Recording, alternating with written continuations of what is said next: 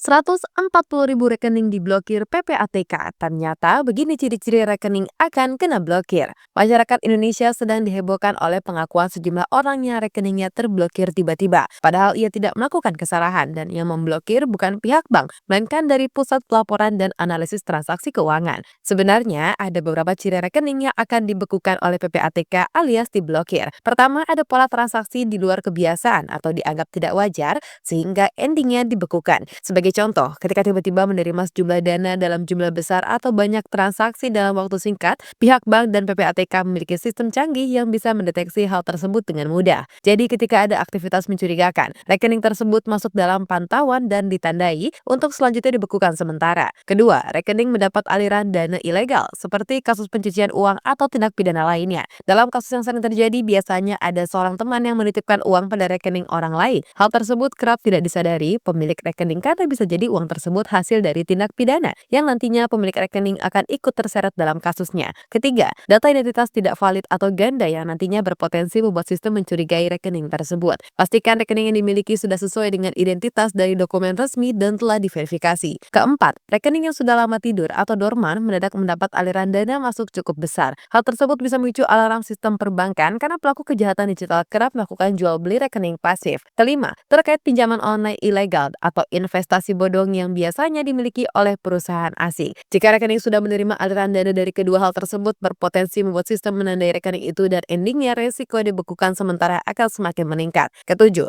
rekening akan dipakai untuk mengendapkan uang alias hanya menerima aliran dana masuk. Hal tersebut akan membuat sistem membaca bahwa rekening itu termasuk dorman. Kasus ini yang sering terjadi ketika ada seseorang yang memiliki rekening dua dari bank berbeda. Rekening pertama digunakan untuk berbagai keperluan dengan kedua sengaja untuk menyimpan uang. Dalam jangka waktu tertentu tidak melakukan penarikan, kemungkinan besar sudah terblokir sementara. PPATK telah mengumumkan sudah memblokir 140.000 rekening yang pasif atau dorman yang tidak ada aktivitas selama lebih dari 10 tahun. Total dana yang mengendap di rekening tersebut sebesar 428,6 miliar rupiah. Kebijakan ini merupakan langkah strategis PPATK dalam menjaga keamanan sistem keuangan nasional dan mencegah aktivitas ilegal seperti pencucian uang. Pemilik rekening yang dibekukan sementara tidak perlu khawatir uangnya menghilang. Uang tersebut dikatakan masih aman tersimpan di rekening dan bisa dibuka kembali pemblokirannya dengan mengajukan permohonan ke pihak bank yang nantinya akan diteruskan ke PPATK.